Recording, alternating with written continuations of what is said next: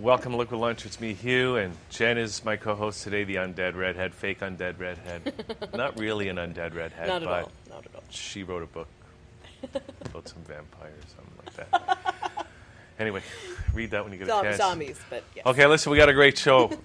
Let's get started. We got Ben and Feferman joining us here. We're talking about the tech scene in Toronto, Ben, and it's, well, what you were saying a little bit earlier was that it's a really awesome tech environment all the way from Toronto to Waterloo and even Ottawa. I guess we could almost all of southern Ontario, really, right? Yep. And it's you're saying that it really takes the right collection of circumstances to create this kind of environment.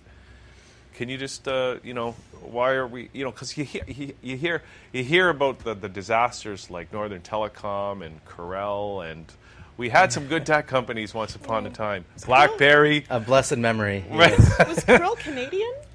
What? Oh, yeah, Corel was Canadian. Didn't Oh, it know makes me that. even sadder.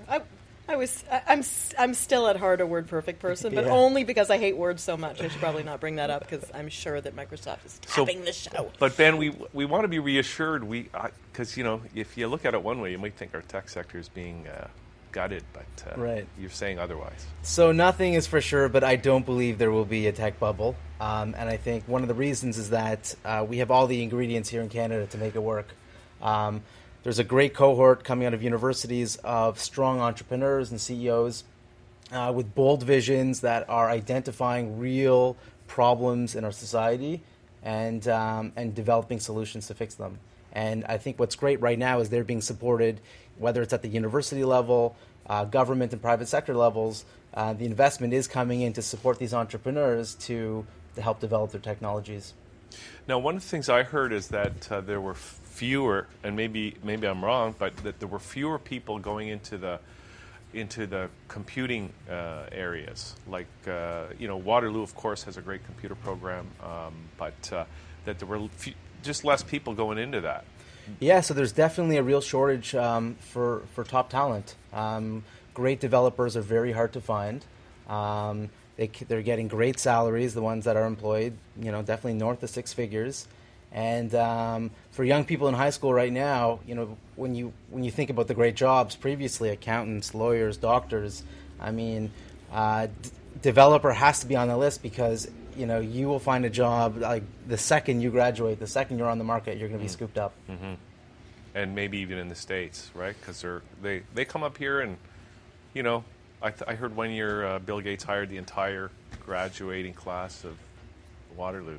100%. Yeah, no, we've got a great reputation. So American companies definitely are recruiting in Canada, in Toronto, Waterloo, Vancouver. Yeah.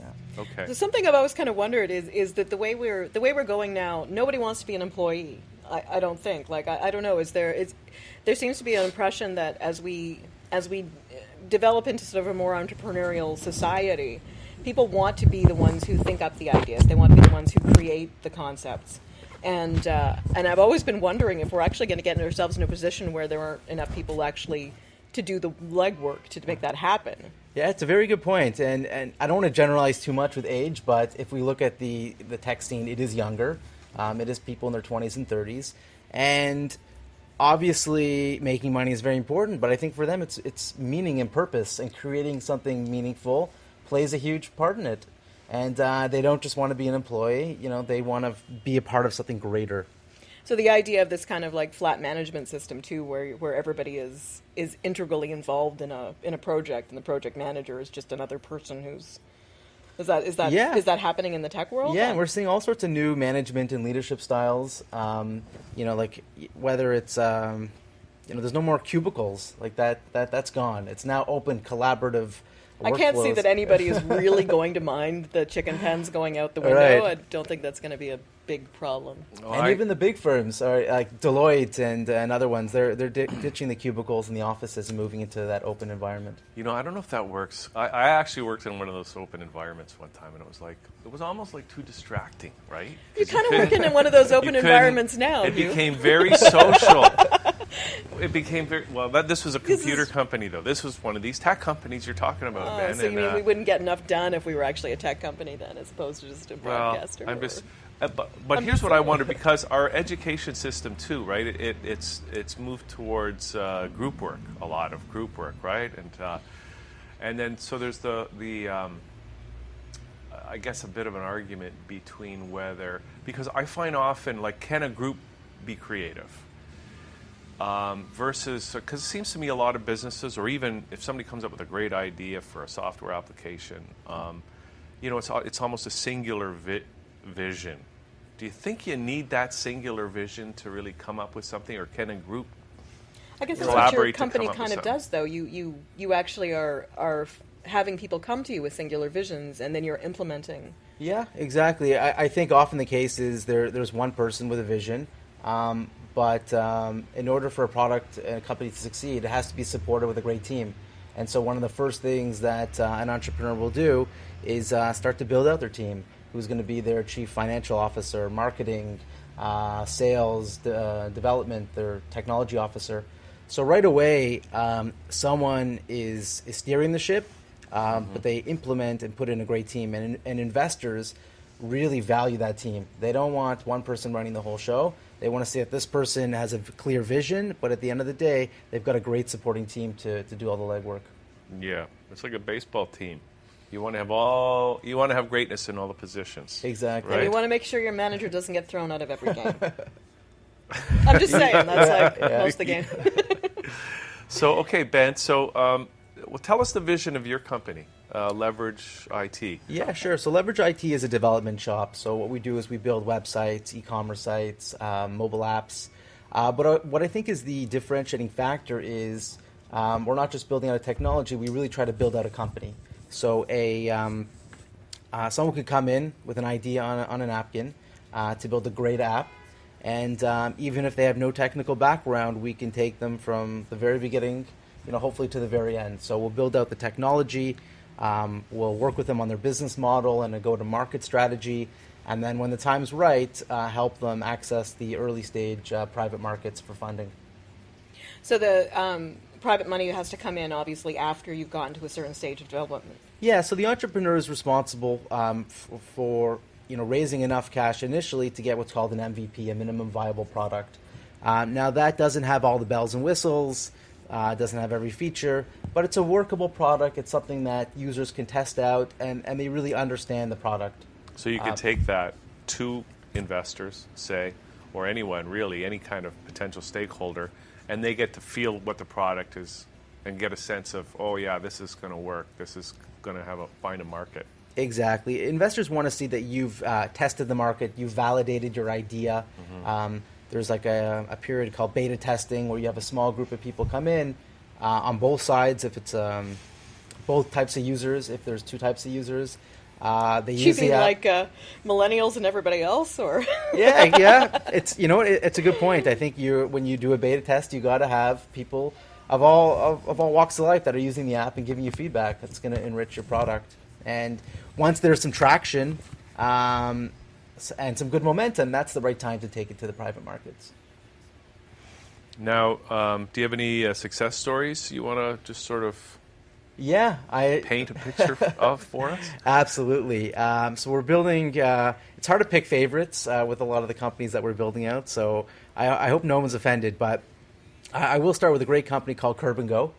The concept behind the company is that it can turn any restaurant into a drive-through. Mm-hmm. Now, people love drive-throughs. They love the convenience. They love the privacy of it. They love not having to get out of the car in winter. Exactly. They really love that, sometimes you just want to order your food and not be judged, and like you want that privacy, and that's why drive-throughs are so successful. But the problem is they take up a lot of real estate and they're very capital intensive. So Curb & Go is an app where you can order food through the app, through your favorite restaurant. You can say, I want to pick it up at 5:15 on my way home from work. And then there's a geofence around the restaurant. So as soon as you enter within 100 meters, the restaurant's notified, Ben, black SUV, northeast corner, and they bring the food right out to your car for you. So And no one has to order if you. No one has to know if you've ordered 2 family meals. From Exactly. Popeyes. Yes. There is no shame. It is. It's funny. I never thought of drive-thrus as being a workaround for shame. But now I'm going to be very conscious of that the next time I have a cart. Is it just me, or like when you're at a hotel and you order room service? I'll be like, "Oh, John, do you also want a burger and fries? Oh, okay, let's make that 2 burger and fries." Because it's embarrassing that I always found drive-thrus to be embarrassing for me. Like, Really? I'm ordering a lot of food. I was a larger guy growing up, and I didn't want people judging me, so that's why I like the drive-thru. It's hard to believe, Ben. Yeah. But then you just order a Diet Coke at the end of it, right? Right, exactly. That's what I always used to do, yeah. No, So that sounds like one great product. So what was that? This visionary came to you with this idea? Was that one on a napkin? Yes, it also came on a napkin. It's apropos because it's a food business. I was thinking that very topical. And this was an entrepreneur who started a successful ski tour company, real hustler.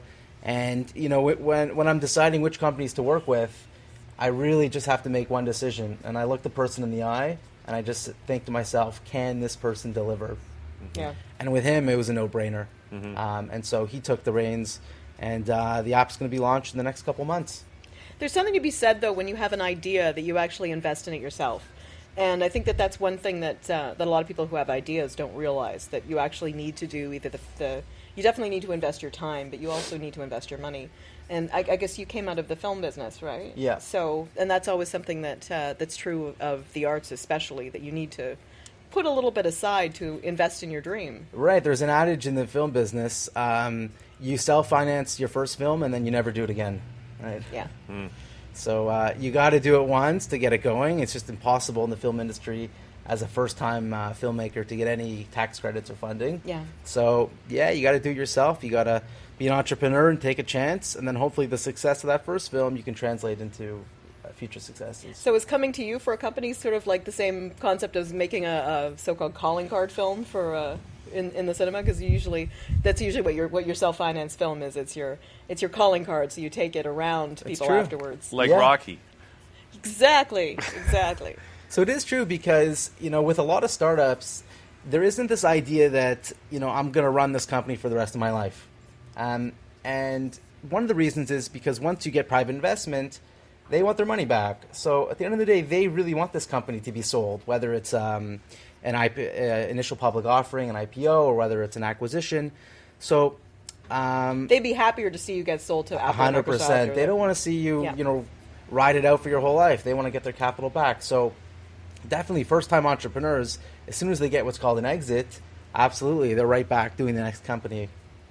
And do they find it easier the next time? It is so much easier. I mean, I just heard a great speaker yesterday saying that the data doesn't actually support that second-time entrepreneurs are more successful than first, but I think, personally, if someone's done it before, I'm much more willing to work with them the second time. It almost seems like we're in early days for that kind of concept, though. This is the same way that we're in still in early days of people not keeping the same career. We were talking about this earlier. Yeah. And I think the stats are that people switch careers 3 or 4 times now in a lifetime. But that's new. But people my age are doing that. But people older than me often kept the same job.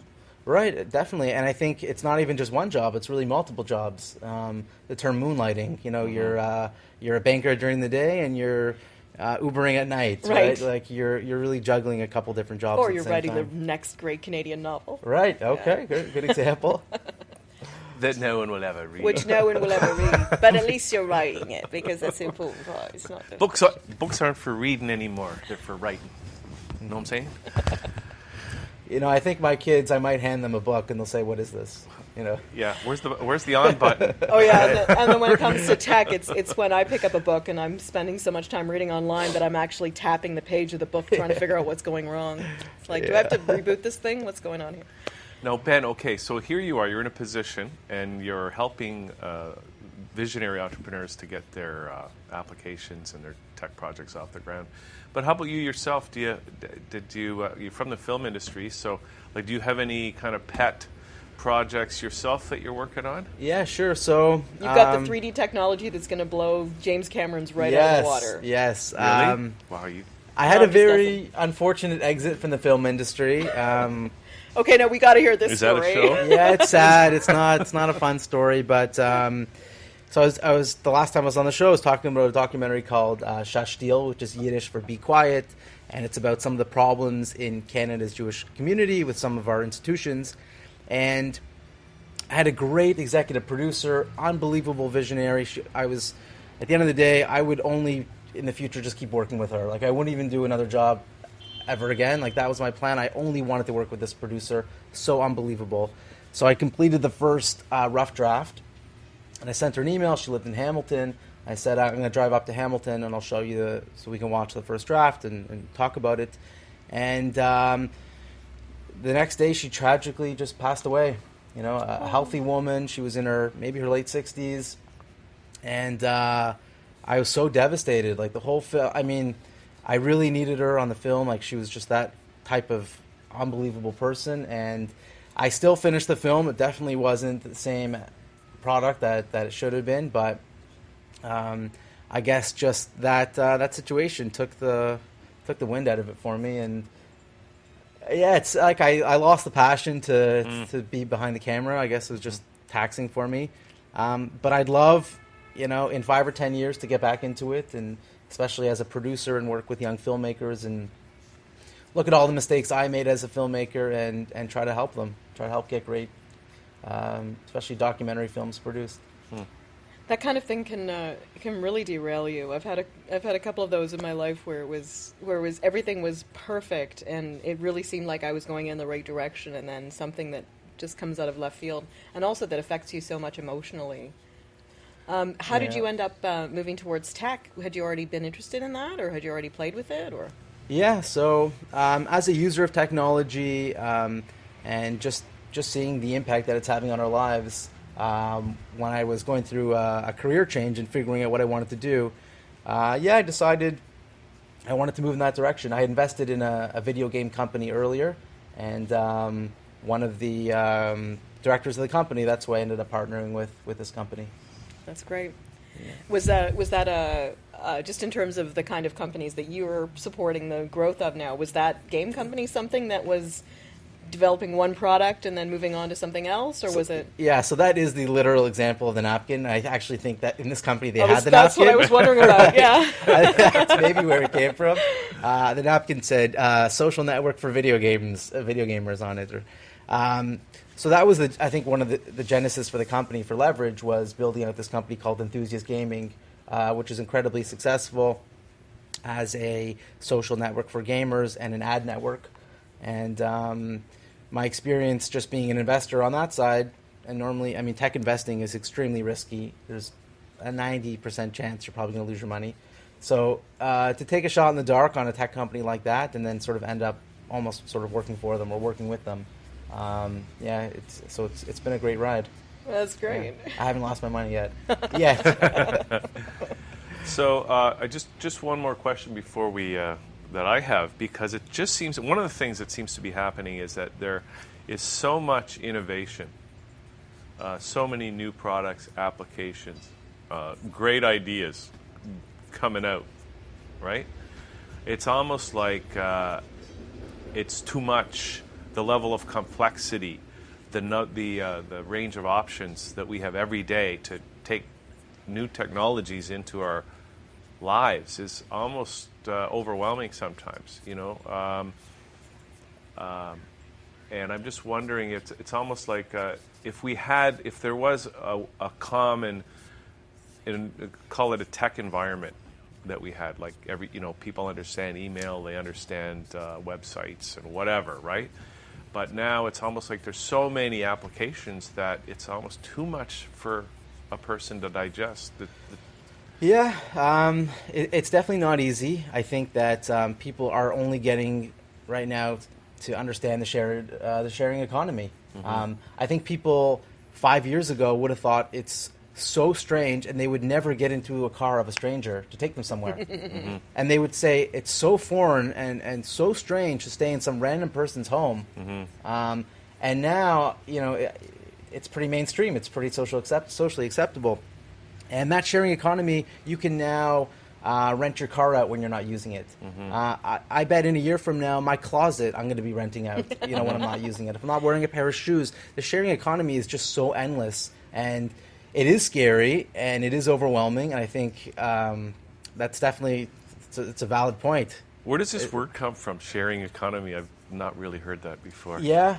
Yeah. Basically, it's using resources on a mass scale to create efficiencies. Yeah. So something in and of itself is very inefficient, like delivery being an example.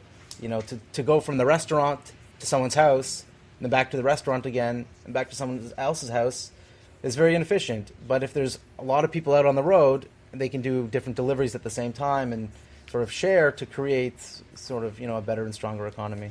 It says something nice about the social environment, though, that we're creating in the world, though. It says that people are more accepting of each other, and also that they recognize that people are good at different things, and not everybody just gets to be a cog in somebody else's wheel. So I'm glad you brought that up because, and I can't remember the app, but there's programs now, social part of the sharing economy, let's say with restaurants that have excess food, or stores that have products that might spoil. It's using that sharing economy to be able to collectively take that and bring it to food banks and shelters and have sort of secondary purposes. So while the sharing economy, the spotlight is on the private enterprises, the social enterprises as well are utilizing that same technology for tremendous good. See, and that's how I think where the whole concept of socialism fell apart, is that you can't do that from the top. You have to do that from a million different hubs. Yeah. And that's probably something that the internet has taught us. Yeah, so it's interesting. The word social is part of socialism, right? Yeah. It's that collective idea of people getting together. And these efficiencies are just going to sort of revolutionize our lives. Do you have any comments on the whole blockchain thing?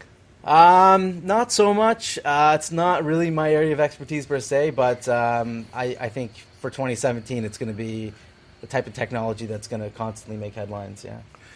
And we got Donald Trump in the White House now, and he's trying to make Hugh's a big fan.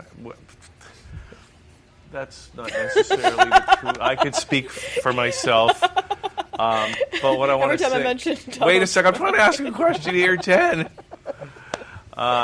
He's trying to make America great again, and he's talking about putting up those tariff barriers, bringing manufacturing back to the U.S. He's also talking about the cyber. The what? Talk about the cyber. Yeah. Okay. Cyber is very Just complicated. relax, Jen. Nobody knows about the cyber more than I do. Jen, relax.